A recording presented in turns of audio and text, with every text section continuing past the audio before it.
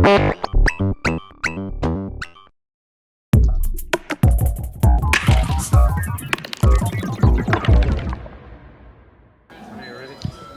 at Superbooth 2017 with Alan from AJH Synth, we're going to check out the KB case and the new modules.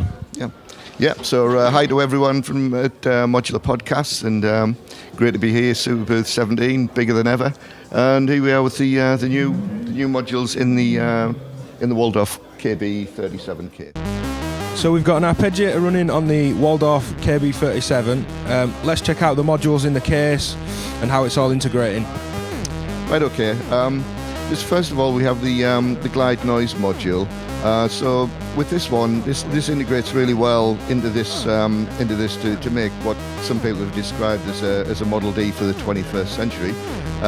We'll switch the ARP off just for a moment, and I'll show you just a patch on the glide.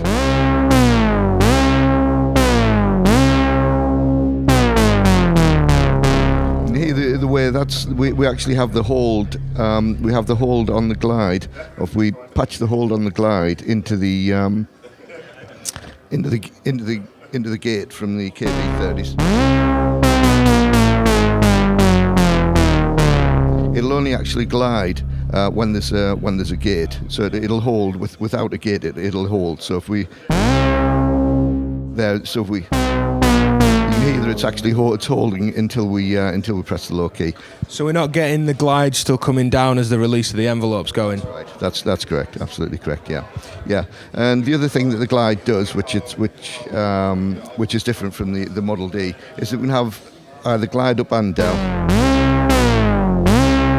So we have there, or we can have glide up only, or we can have glide down only,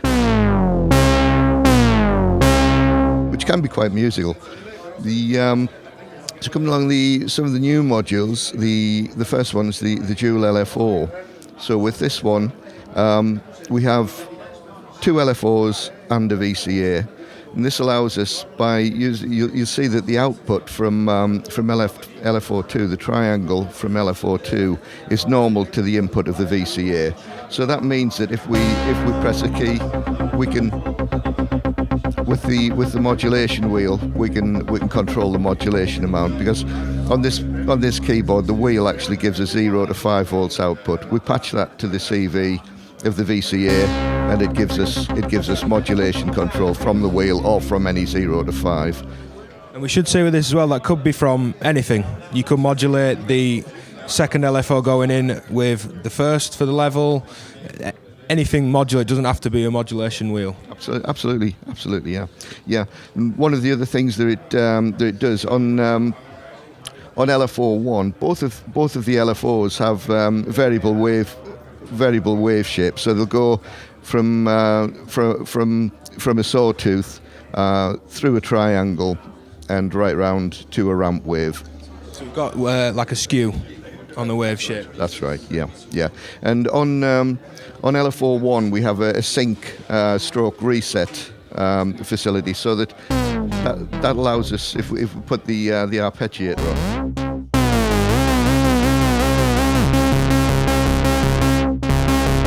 Allow us to it's actually singing, so it'll give the LFO rate will be a multiple of the clock speed.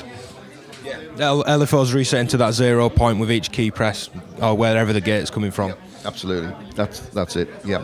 And so continuing, if we just put an amp on. So we have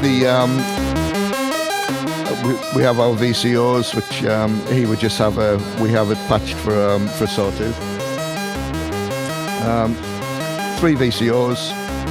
These have been discussed in the past, so we'll just should say, go check out the video that I did for the oscillator. It's absolutely huge, fat analog oscillator.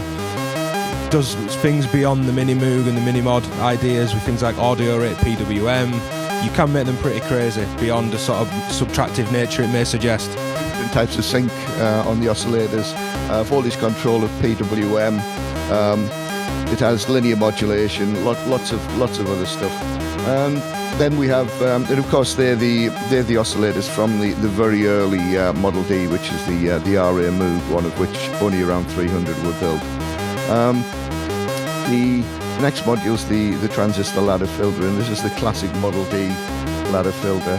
And one of the modules we've added here is a small 2U module which has two switches on it, which bring out the gain switches on the back, or the gain jumpers on the back of the ladder filter and the VCA. So this brings them to the front panel, so we can do some pretty crazy overdrive. And you hear there's an overdrive on the filter, and that's overdrive of the filter and VCA. And the rest of the modules just quite a handy passive multi. Can we push that filter around a little bit?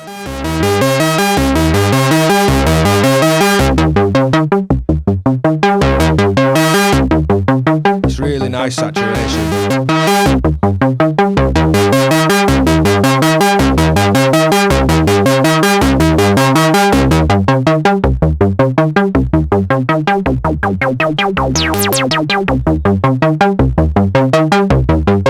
Yeah, sort of hate saying it because it's used all the time, but it's really fat.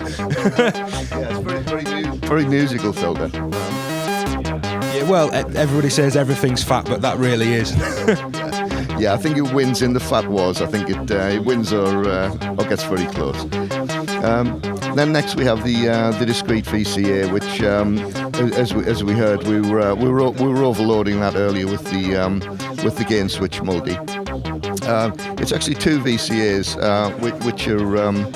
which are wired in series, and you can address both of them by using the master CV input. So you actually have to. They're not individually usable, but they can be individually controlled.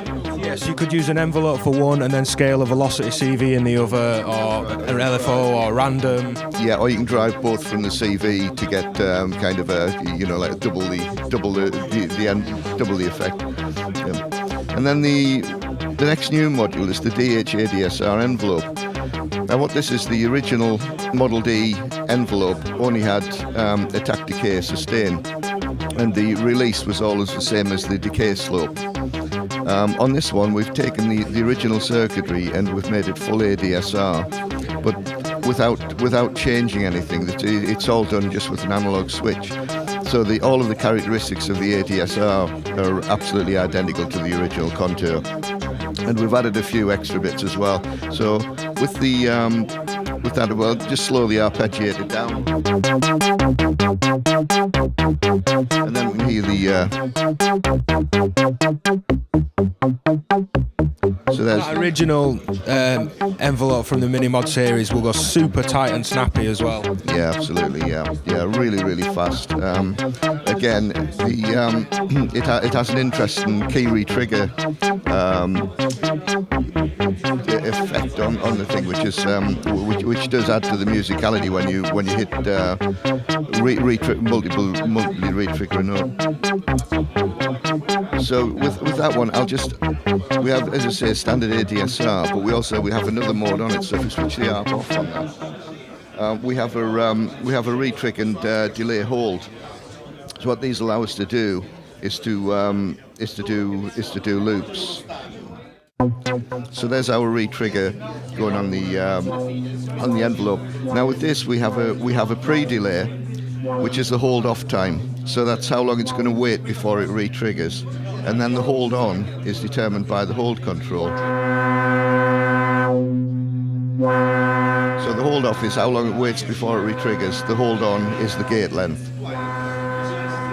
So that allows us to get very, very similar effects to the EMS VCS3 Synth EA, which have the trapezoid. Yeah. So it gives us all of the trapezoid type characteristics, but with a full ADSR envelope as well, instead of just an AR envelope. And so will each new key press completely start again and then fall into this loop? Yes, it will re-trigger. Yeah. Can we speed up the looping?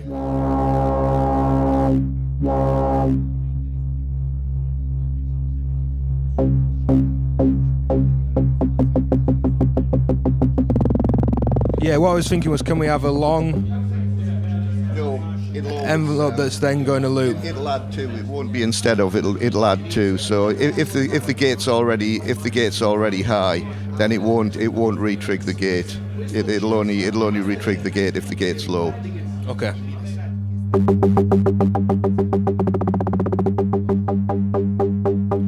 As I say, we have full ADSR on that. So in this instance, would a gate act like a delay for this happening? If we were to hold a key?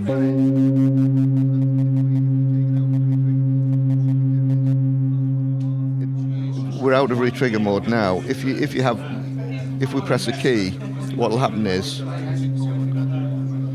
nothing until it's hit the pre-delay. Yeah.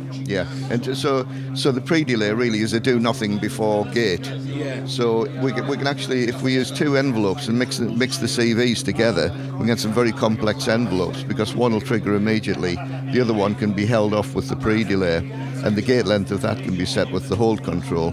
So we can build some quite complex envelopes using two. That's what I was thinking. With retrigger on, if we hold a key and then mix the two envelopes, you could have this decay into a faster repeating envelope. Yes, yeah, exactly. Yeah. So that's it for the for all of the new modules. The other one that's on here that isn't really relevant to the KB37 is our new V-Scale multi, which is a precision active multi, very, very high input impedance of 10 megaohms, exceedingly low output impedance of less than 1 ohm. But the interesting thing about this is that it has one output which is a regular one-to-one buffer, but the other four outputs have a small trim adjustment next to them. So if you have a VCO that isn't tracking properly, then you can actually dial it in. Or if you want to use a filter, self-resonant, and adjust it exactly to 1 volt per octave, then it can be done from this module. Without pulling modules out and having to work around that, which is a bit of a pain. Yeah, absolutely. I should say, and I've said several times, not just it's sonically, I think, the best subtractive synth I've heard several times, regardless you've been studying or not.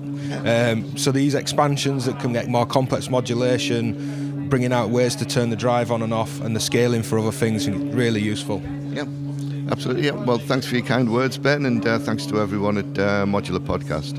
Cheers.